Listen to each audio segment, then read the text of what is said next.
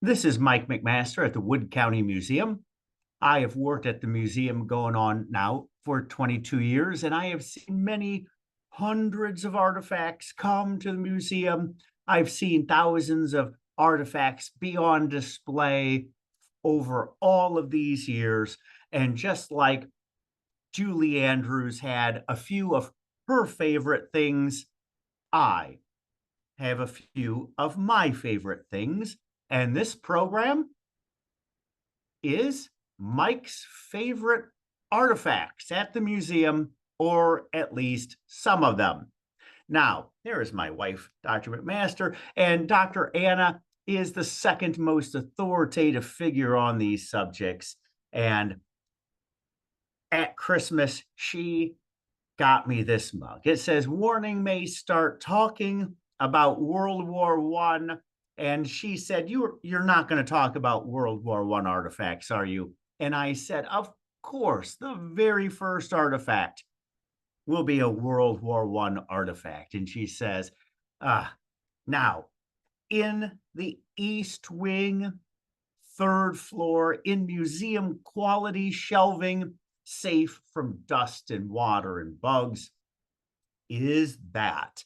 And if you remember, in the years 2017 and 2018, during the 100th anniversary of America's participation in World War One, we had the huge World War One exhibit where every single room at that museum was filled with World War One objects, and that U.S. M1917 trench knife was on exhibit, and it became one of my favorite things. And you look at it and you say to yourself, it doesn't look much like a knife. There is no cutting blade on it, but it is clearly was used in World War One, and you can see the steel studded knuckles on the knife. Now, where does that blade design come from? You can see on the left that is a French knife, and the men on the right with their early gas masks are wielding that pointed knife with no cutting blade. Now, where does it come from, that design concept? Now, of course, the French, very famous fencers, and they use foils and épées.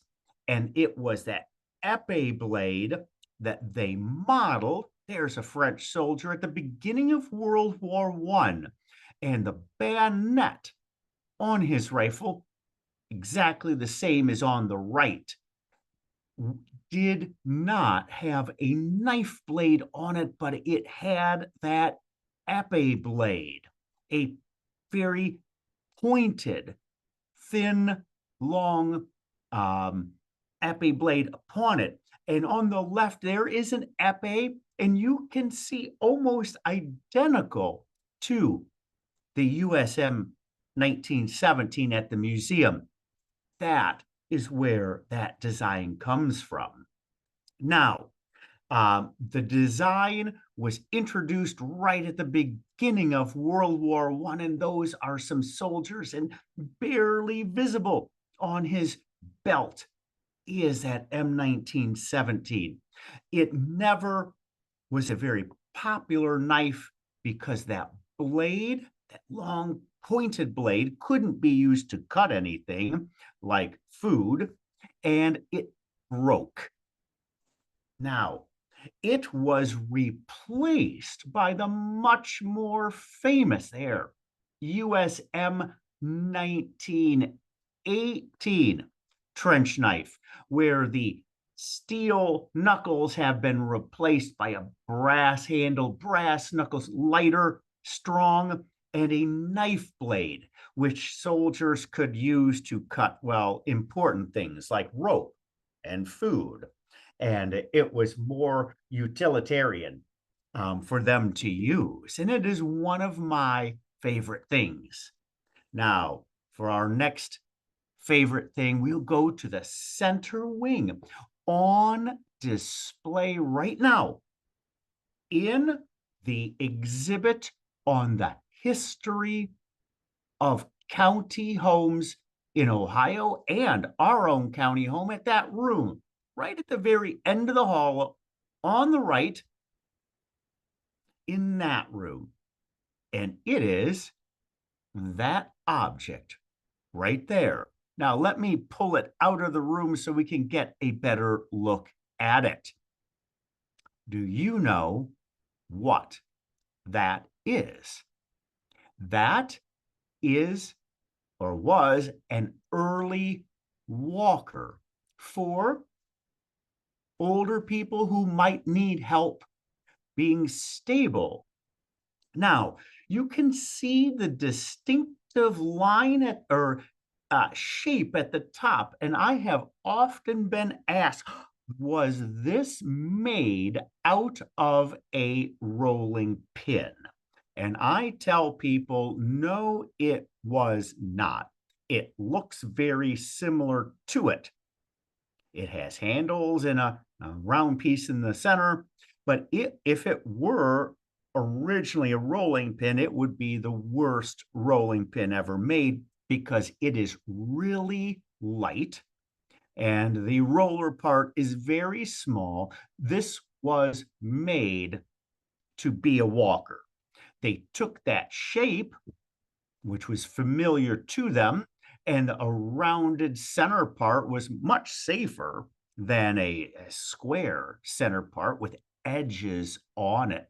But it was not designed after a rolling pin, nor was this made out of a rolling pin. This was probably made in a factory of early walkers. Now, you can see at one point, someone put the old rubber skid stops at the bottom of it to make it safer to use. And there's the handle. You can see it's very well worn. Now, who would have used this? Well, that is the museum when it was the county home. Who lived at the county home? Those people. And you can see they're all sitting in their rocking chairs in the women's sitting room. They would have needed, probably a lot of them, a lot of white hair in that room. They would have needed a walker. There is a resident of the county home. And just like when we go to nursing homes today, we see walkers, we see people, men and women, using walkers. And what was the county home when it closed in 1971? Every person living at the county home went to go to Woodhaven, the nursing home today, or Wood Lane, the school. And every piece of furniture that was useful was taken with them to either of those places, and everybody working at the county home went to go to those respective places to work. Now, for our last thing, we will go to the West Wing. And on the third floor, in storage today, there is one of my favorite pictures of the county home. This was perhaps 1940, 1941. Those are the men living at the county home, some disabled, some very elderly, and the girl in the center, there we go, at that time was Laverne Snyder. Now, Laverne Snyder is a blurry picture. The original picture was blurry. There she is. Her brother is with the hat tilted on the left. They were employees of the county home.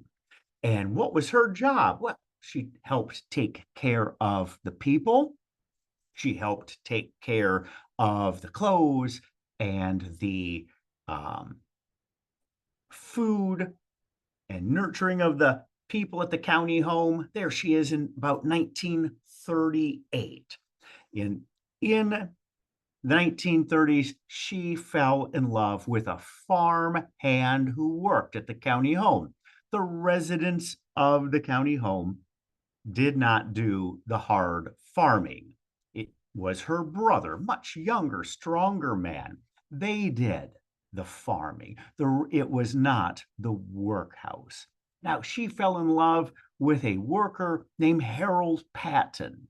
Harold Patton shipped off for World War II. They exchanged many love letters.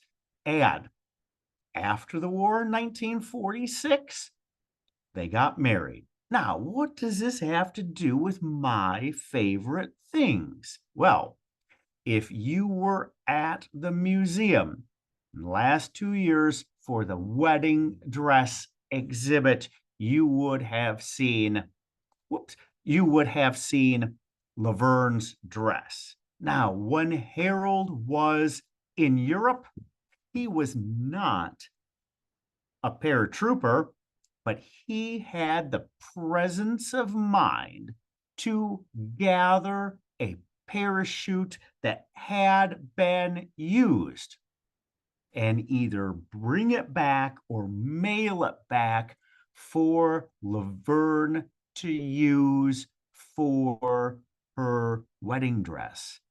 And there was a fabric shortage in the United States, of course, because of the war.